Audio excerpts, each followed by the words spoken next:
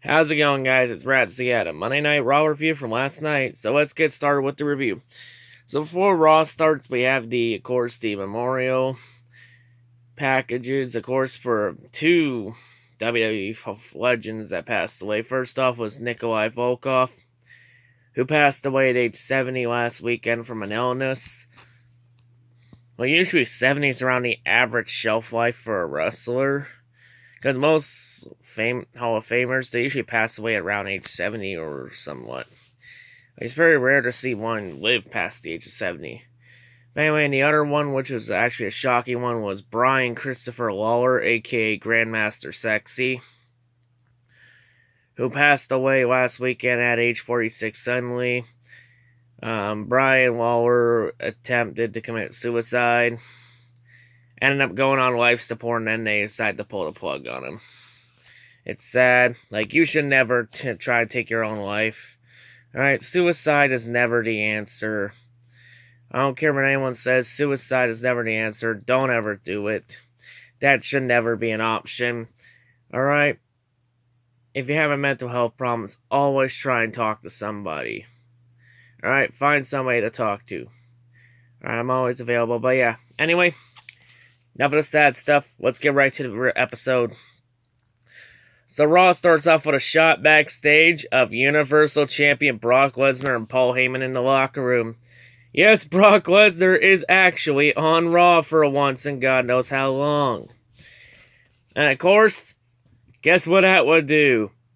That would promote Boring Fuckface to come out to the ring. Boring Fuckface gets a mad reaction. There was actually fucking cheers for this bum, because they were goddamn fucking Florida, Roman's home state. But Roman, same boring entrance as normal. Roman looks like he just woke up from a nap. Roman comes out to ring. Roman Reigns, gotta give Miami crowd a shout out. Roman Reigns, gotta give Bobby Lashley a shout out. Oh, so Roman's already stealing John Cena lines. Now Roman's trying to kiss ass. So now this is Vince's new plan to get Roman over with the crowd, is kissing ass. And of course the crowd, being the dumb sheeple that they are, lower their fucking standards for Roman. Like, Jesus fucking Christ, have some fucking standards. Roman Reigns, I respect Bobby Lashley. Roman Reigns, I have no respect for Lesnar. Well, you don't fucking respect anybody, so you respecting Bobby Lashley is a giant load of shit. So don't fool us with that, Rowan. Roman Reigns, Brock Lesnar not man enough to come into my yard. Not your fucking yard, Roman. Shut up. Then Paul Heyman comes out. Paul Heyman does his normal intro. And then Paul, of course, describes the definition of insanity to Roman. It perfectly summarizes the situation. It summarizes Vince booking Roman. It summarizes Vince trying to get Roman over with the crowd.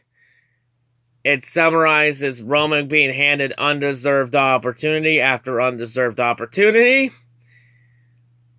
Like, definition of insanity is the perfect way to describe this, because Vince is trying everything to get Roman over with the crowd at all costs, and it's gonna fail. Because the term rebuilding or blowing it up do not exist in Vince's dictionary. Honestly, Vince just needs to go and get the fuck out of WWE.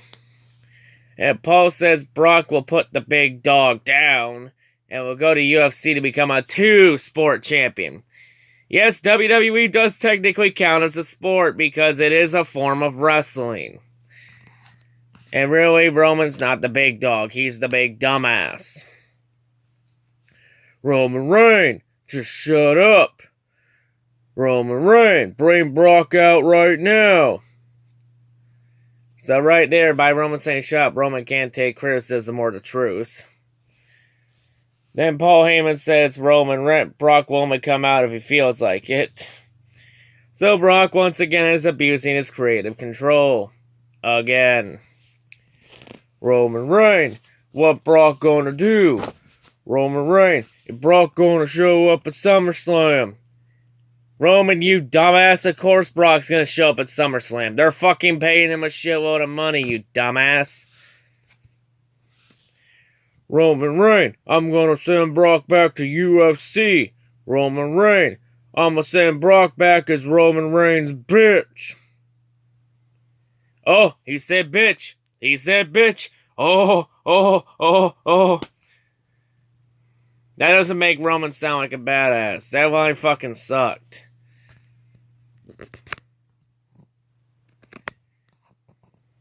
Of course, then Roman also says that Brock Lesnar, Roman Reigns, Brock Lesnar don't have time to show up in WWE, but Brock Lesnar have time to show up in UFC, get an octagon, and get up in Daniel Cormier's face. Roman Reigns. Brock Lesnar also have time to run his mouth at UFC. Irony! You do the exact same fucking thing too, Roman. You run your mouth in the WWE ring too, Roman. So you can't say shit. Shut up. So next up we get a one-on-one match. We get Finn Balor versus Constable Baron Corbin. Highlights of the match. Baron's elbow to the jaw was good. Finn Balor's missile dropkick from the second rope was on target, right on point. Well done. Finn Balor's flying clothesline was also good. Baron's clothesline on the apron was good. Baron's big clothesline was also good in the ring. Baron's side slam was also good on to the outside of the ring. Finn Balor's stomp was good. Finn Balor's step up insecurity on point. Finn Balor's front flip dive was really cool, really good. Finn Balor's chokeslam counter into a roll-up was great. It only got a 2 count though. Finn Balor's sling blade was good. Baron Corbin's chokeslam backbreaker was also good. Finn's insecurity was good. Baron Corbin's deep six was good. Match would go to the outside. Finn Balor's drop kick into the barricade was good, and then the corner. Then he got back and Finn did it in the corner too. Match ending. Finn would go for the end of days. Baron Corbin would roll out of the way. Baron would then hit the end of days to get the 3 count for the win. And then after the match, Baron Corbin would attack Finn Balor on the outside the ring for post-match assault. Would throw a couple shots on Finn at the barricade, and that's it. Baron just walks away. Of course, we get also a backstage segment where Paul Heyman was trying to show Brock Lesnar what Roman Reigns said on Raw, because Brock said he wasn't actually watching the show. He was just sitting there reading his magazine. And then when Brock Lesnar was trying to get the password for Paul's phone, Brock would then throw the phone at the wall and tell Paul to leave. So then we go backstage. Paul Heyman's talking to some random guy to try and get a new phone. Kurt Angle tries to ask Paul what's going on. Paul Heyman says Brock Lesnar is now Kurt Angle's problem.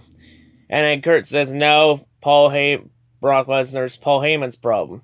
And then Kurt lays the ultimatum to Paul, telling Paul Heyman, if Brock doesn't appear in the ring tonight, Paul's contract with WWE would be terminated. And then after that, WWE then goes ahead and shows highlights from last week. Of course, from the big announcement, the first ever WWE All Women's WWE Pay-Per-View Evolution, which will be October 28th at Nassau Coliseum in Long Island, New York. Of course, I gave all my thoughts about it in Raw's review last week. So if you want my honest thoughts of it, just go watch my Raw review from last week. But yeah, anyway, continuing on. Next up, we get a women's match. We get Natalya versus Alicia Fox. And guess what? Ronda Rousey's back. Ronda's in Natalya's corner. So yes, Ronda served her suspension correctly. She is now back in WWE again. So yeah, to this match. Highlights of the match. Natalya's headlock takedown was good. Natalya, of course, showing her amateur wrestling background. Alicia's modified abdominal stretch was pretty good, I'll give it that. Natalia's hip toss was pretty good too. Natalia's basement dropkick was good. She actually almost botched it by almost tripping over herself, but Natalia was able to recover and still hit the move perfectly. So kudos there. Alicia's crossbody was awkward as hell. It looked more like a goddamn Luthez press. So match ending, Alicia would then try and go take a shot at Ronda. Then Ronda would get on the ring apron, which would get the referee's attention. That would allow Alexa Bliss to strike Natalya while the ref wasn't looking. Then Alicia hits the big boot to get the 3 count for the win. Of course, trying to provoke Ronda again and trying to get Ronda suspended again. Then after the match, Ronda would then go after Alexa Bliss for post-match assault. Alicia would then attack Ronda, which would allow Alexa to get away for a little bit. Then Ronda would fire back and hit Alicia Fox with the fireman's carry slam. Then Ronda would go after Alexa Bliss in the barricade, would toss Alexa down. Then Alicia Fox no-sells the carry slam and attacks Ronda from behind. Like it's when Alicia attacks Ronda, Alicia's standing up like that slam did nothing. Well, no wonder Alicia's been a goddamn jobber for 7 years. Can't even fucking sell a slam right. And now you make Ronda fucking look weak as shit from that. So then Alicia throws Ronda to the barricade, and then Alicia and Alexa walk away. After we come back from commercial break, Ronda looks for Kurt Angle, and Ronda says she wants a match against Alicia Fox before SummerSlam, saying that if she has to wait till SummerSlam to compete, she's just going to get suspended again. So next week on Raw, Ronda Rousey will face Alicia Fox next week on Raw. So wait, you're telling me Ronda isn't going to be a part-timer and she's actually going to compete on Raw matches? Well, shit. So next up, we get a segment. Elias Sampson in the ring, of course, going to do a concert, trying to promote his new album. Tried to, of course, the new album, which is available on iTunes and Spotify, called Walk with Elias. So then Elias, of course, when he tries to do a song, he first trashes Bobby Lashley for interrupting him last week, and then Lashley losing to Roman Reigns. Then Elias says the Miami crowd supports a garbage musician called Pitbull. And Elias says Miami supports a lowlife named The Rock. Okay. Elias, you could never hold The Rock's fucking jockstrap. Good try. You're nowhere in the same league as the goddamn Rock. Rock will fucking run circles around your ass.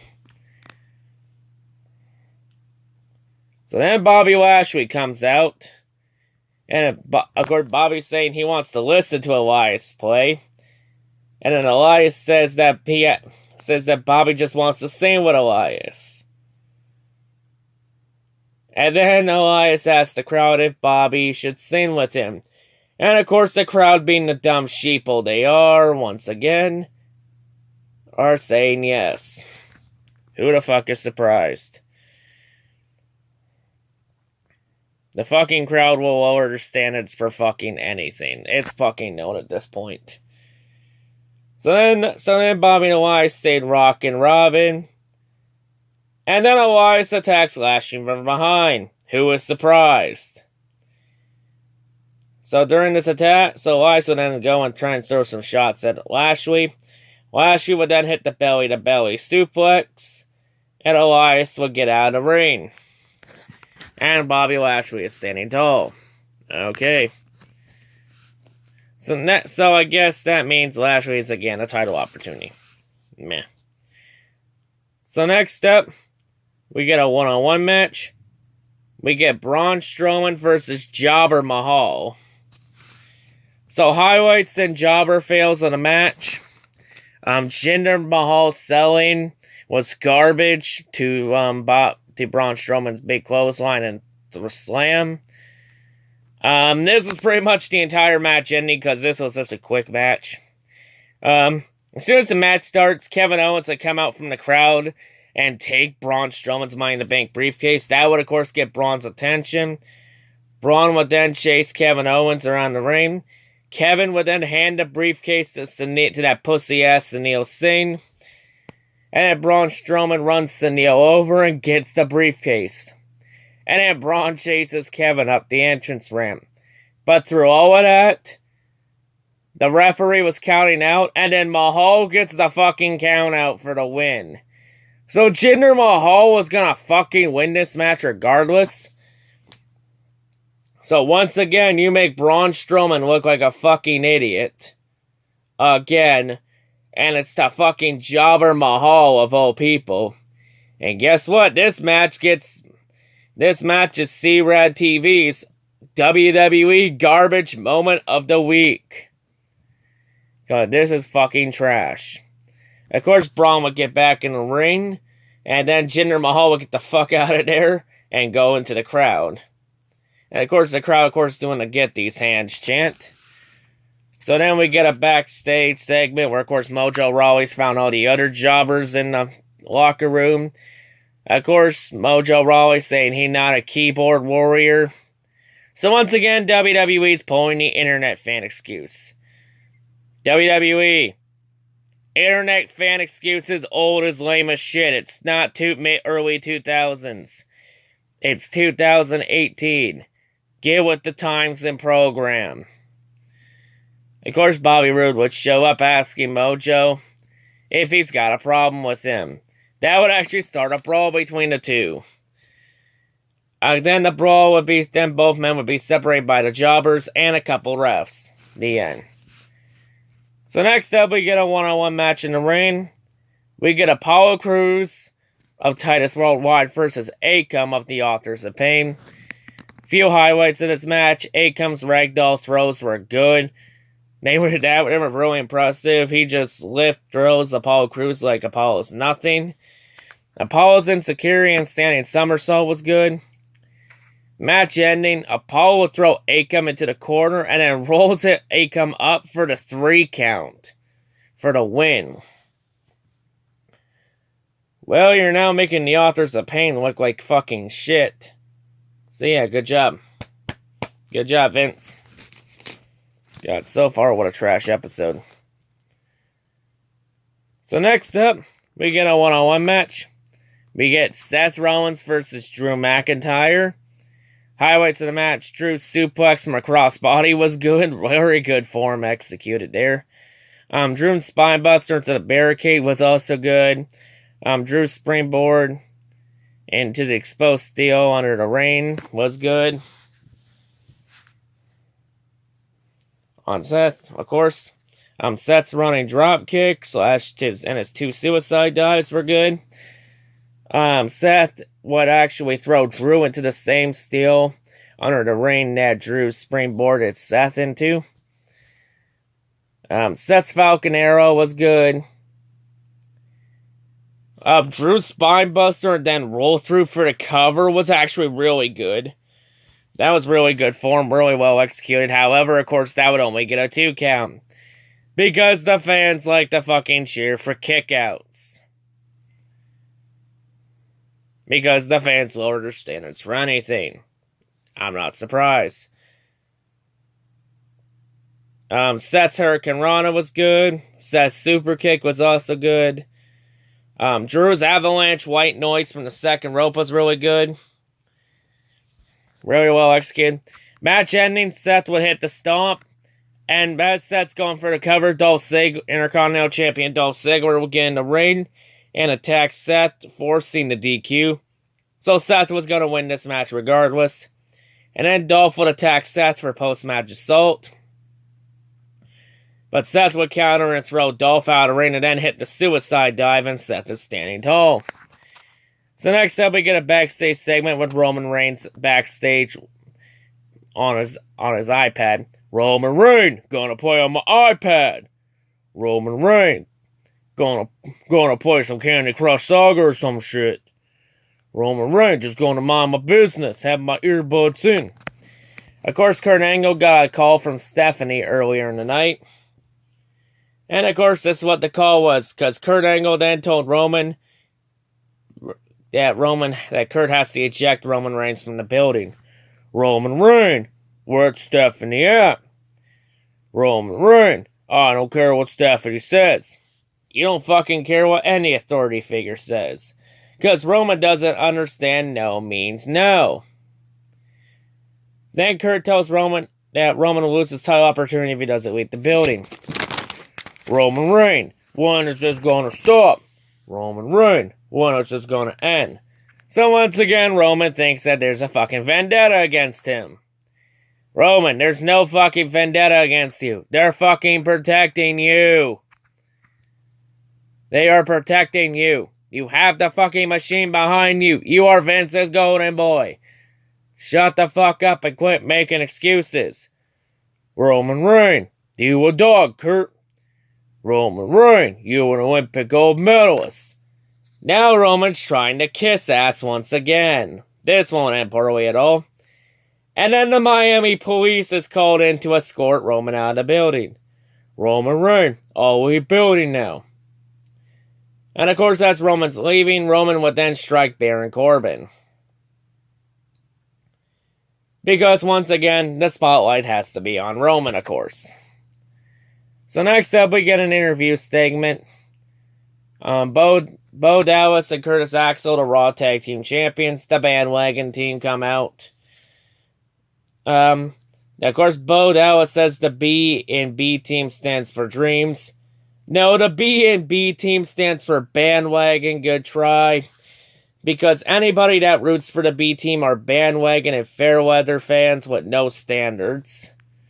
And then Bo says this is real.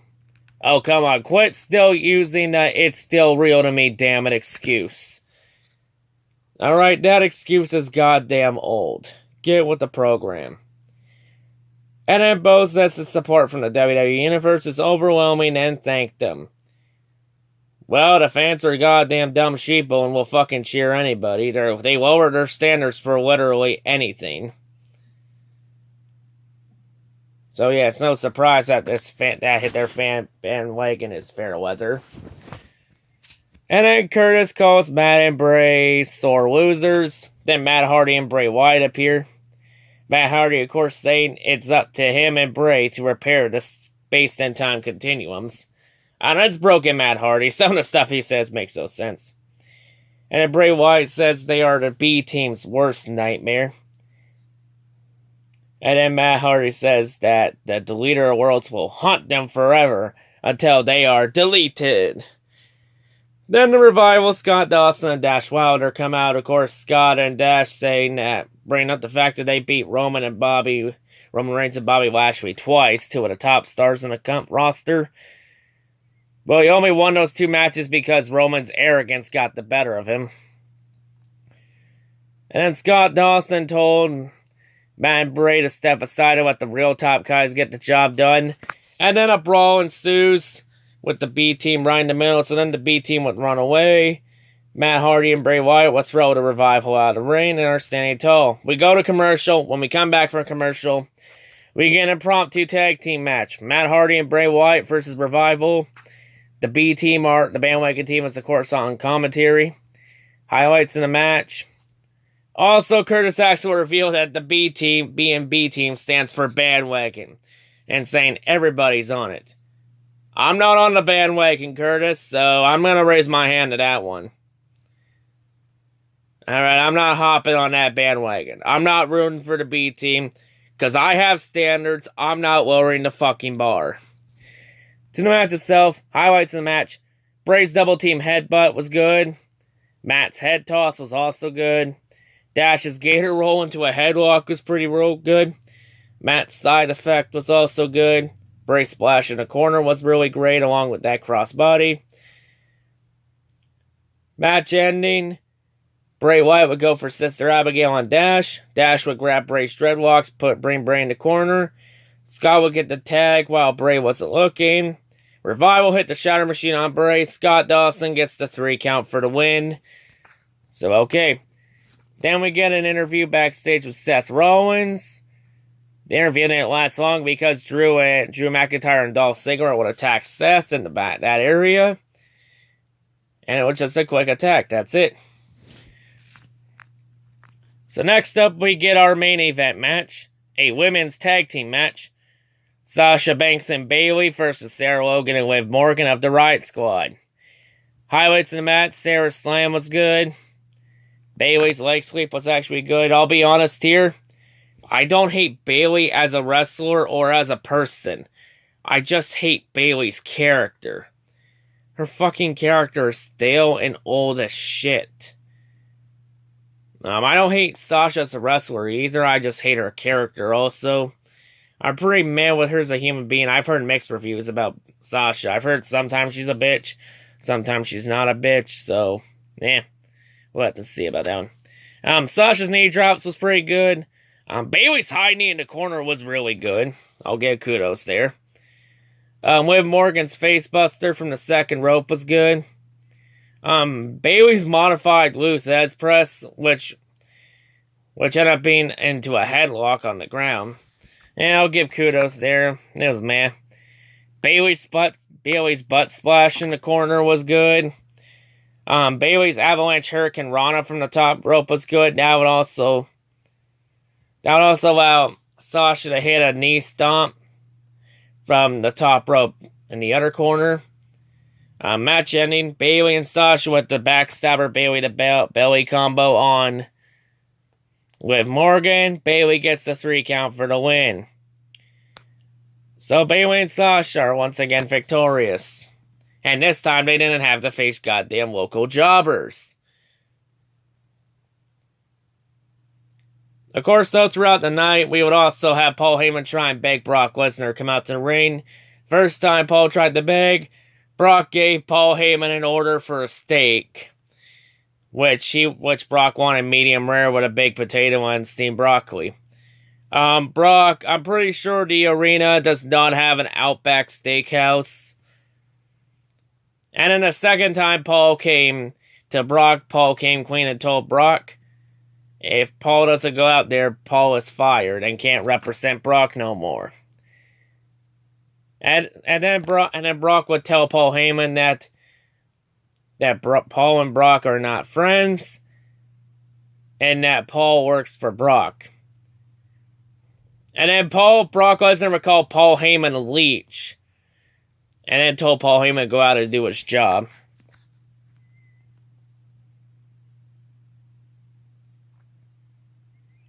So then we go to the segment to end the show. Kurt Angle would come out, of course, with Baron Corbin. And then Kurt tells Heyman to bring Lesnar out to the ring or Paul is fired. Paul Heyman comes out. As Paul Heyman's getting in the ring, the crowd starts saying not the goodbye song. It's like, come on, Paul Heyman isn't even fired yet. And you're already singing that song already? I swear to God, usually the crowds are getting more and more stupider. With each passing week, they get more dumber. The crowd will do literally anything to get a cheap pop. So then Paul tells Kurt Angle Brock won't come out to the ring. Of course, then Kurt Angle describes what a real champion does, saying that a real champion shows up for work, a real champion defends the title on a daily basis, a real champion does charity and whatnot. And then says Brock Lesnar does none of that. And then Kurt says Brock is the worst Universal Champion of all time. Yeah, for now, I actually still agree. Brock is actually the worst champion because Brock's barely defended that title. Like, how many of those 480-some days has Brock not defended the title? Like, what, almost 200, 300 of those days? I don't know, but Roman Reigns, if he wins the Universal title, he'll find a way to make his title reign even more shittier. And then Paul Heyman agrees with Kurt Angle, and then Paul says Brock doesn't care about anyone. And then Paul Heyman says Kurt Angle should fire Brock Lesnar. But Brock will pull creative control, Paul. You gotta realize that. And then Kurt says Paul Heyman is full of crap. Oh, he said crap. And Paul Heyman says he respects Kurt and that he tried to mold Brock Lesnar into an image of Kurt Angle.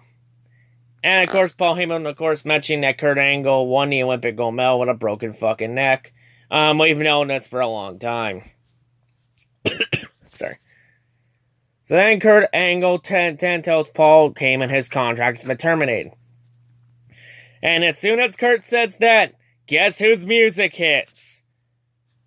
Brock Lesnar's music hits. Brock Lesnar comes out. Brock does his lap around the ring, so by Brock Lesnar coming out, that means Paul Heyman is officially not terminated. So Kurt's decision will be overturned. So then Brock gets in the ring. Brock grabs the microphone in Paul's hand. Brock then asks Kurt Angle and Baron Corbin if they have a problem with him.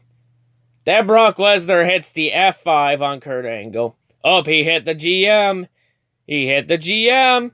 That's going to be at least a 30-day suspension. But I forgot it's Brock Lesnar, so we get special privileges. And then Baron Corbin would get out of the ring, of course, being smart. And then Brock Lesnar would grab Paul Heyman and start choking him and asking Paul if he sees Brock Lesnar. And then tells Paul this wouldn't have happened if Paul did his job. And then Brock Lesnar walks out of the ring, and that's where we end Raw. Really, this episode was trash. Also, we find out next week Bobby Roode will face Mojo Rawley one-on-one. But overall, this episode was fucking trash. Terrible fucking episode. Like, awful. Show rating, 2 out of 10. Fucking garbage. Once again, WWE makes Braun Strowman look like an idiot. I'm telling you, Vince, don't do it. Don't do it with Braun. You have Braun Strowman lose that briefcase, and you have just gone full McMahon again. Do not go full McMahon at SummerSlam. Especially at SummerSlam, a Big 4 pay-per-view. You fuck this up, you may as well delete the company.